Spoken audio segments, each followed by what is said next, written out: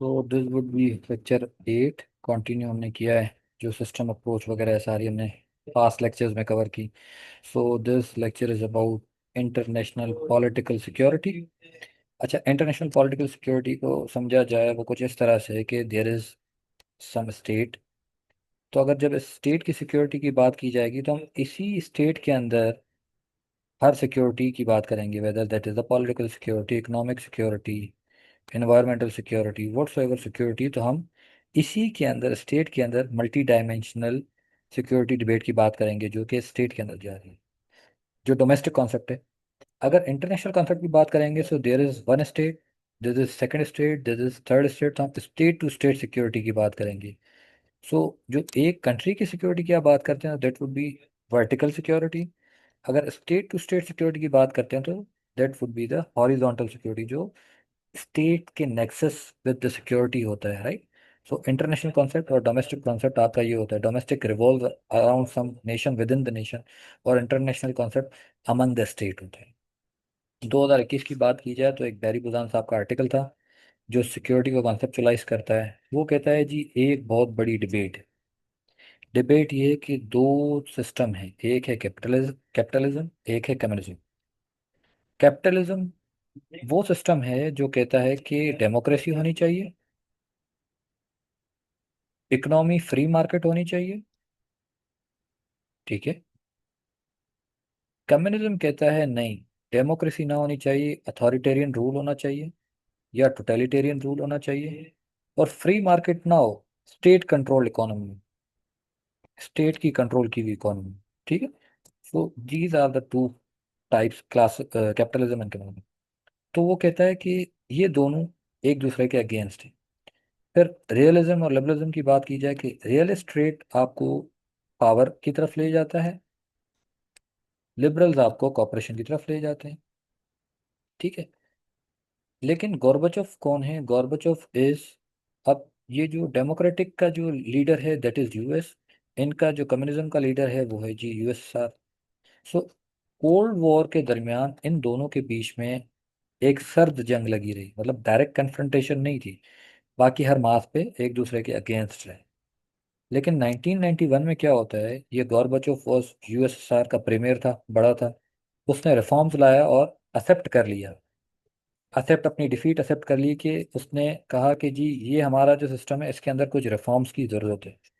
तो उसने क्या किया कि स्टेट कंट्रोल को ख़त्म करके ट्रांसपेरेंसी लेके आया, रिफॉर्म्स एंड इन्वेस्टमेंट, मतलब अपनी इकोनॉमी के अंदर रिफॉर्म्स एंड इन्वेस्टमेंट को ओपन कर दिया।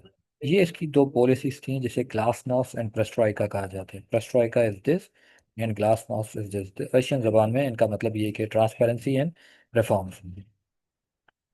फिर जी एक नई थिंकिंग पॉलिसी आ गई कि यूएसएसआर ने कहा कि जो मेन फॉर्म ऑफ वर्ल्ड है, कौन सी main main form of world? Capitalism. हमने उसको अप्रोच करना है, ठीक। तो ऑटोमेटिकली कैपिटलिज्म वॉन। ये जो बायपोलर वर्ल्ड थी, now it became unipolar. US became the sole super power, right. अच्छा, जब ये चीज़ खत्म हो गई तो बैरी बाजार ने कहा जी हमने ये सारी चीज़ें देखी। देखने के बाद हमें पता लगा कि सिक्योरिटी का मतलब है कि थ्रेट की एब्सेंस, कि हमारा एग्रीमेंट है security is absence of threat. लेकिन एब्सेंस ऑफ थ्रेट किस लेवल पर? इंडिविजुअल लेवल पर, सोसाइटी लेवल पर, स्टेट लेवल पर, या ग्लोबल लेवल? आपके गोर्बाचोव ने या यूएसएसआर ने तो अपनी डिफीट एक्सेप्ट कर ली, ग्लोबल लेवल पे तो हो गया, लेकिन व्हाट अबाउट स्टेट लेवल? रियासतों के अंदर तो अभी मसले चल रहे हैं, सोसाइटीज के अंदर अभी भी मसले चल रहे हैं, इंडिविजुअल इश्यूज तो अभी भी हैं। सो उसने कहा कि जो सिक्योरिटी का कॉन्सेप्ट है, रियलिस्ट बड़ा नैरोली डिफाइन करते हैं। नैरोली क्या मतलब? इधर वो ग्लोब से अटैच करते हैं या फिर वो मिलिट्री से इन्होंने अलाइन किया हुआ है कि जो सिक्योरिटी है that is absence of military threat. तो वो कहता है कि हम इस कॉन्सेप्ट को ज़रा ना एक्सटेंड कर देते हैं। ओरिजिनल कॉन्सेप्ट क्या था? मिलिट्री सेंटर्ड था। ट्रेडिशनल सिक्योरिटी की बात करता है, that means traditional security is military centred approach, and वो ओरिजिनल कॉन्सेप्ट है। अब उसने कहा कि हमें इस कॉन्सेप्ट को एक्सपेंड करना होगा, नॉन मिलिट्री जो थ्रेट्स हैं उनकी तरफ जाना होगा, जो नॉन ट्रेडिशनल हैं उनकी तरफ जाना होगा, these are the same thing, right. तो वो कहता है कि इस कॉन्सेप्ट को हमने ज़रा एक्सपेंड करना है। वो फिर एक मॉडल ऑफ सिक्योरिटी बनाता है। मॉडल ऑफ सिक्योरिटी कैसे बनाता है कि वो डिवाइड कर देता है कि ट्रेडिशनल सिक्योरिटी में आपकी मिलिट्री सिक्योरिटी आ जाती है, और नॉन ट्रेडिशनल सेक्टर वो ये लेके आता है, जिसमें आपकी इन्वायरमेंट, आपकी पॉलिटिक्स, आपकी सोसाइटी और आपकी इकोनॉमी। अब आप कॉल बैक करेंगे, so these are those 5 6 sector जो आपने पेस्टल में पढ़े हैं। लीगल यहाँ नहीं है, बाकी ये यहाँ पे 5 है, राइट। सो कहता है कि सिर्फ absence of military threat is not security या पीस, इन सब का होना भी लाजमी है। क्यों? क्योंकि इन्वायरमेंटल थ्रेट आपके इंडिविजुअल को, आपकी सोसाइटी को, आपकी स्टेट को, आपके ग्रुप को, चारों को अफेक्ट करता है।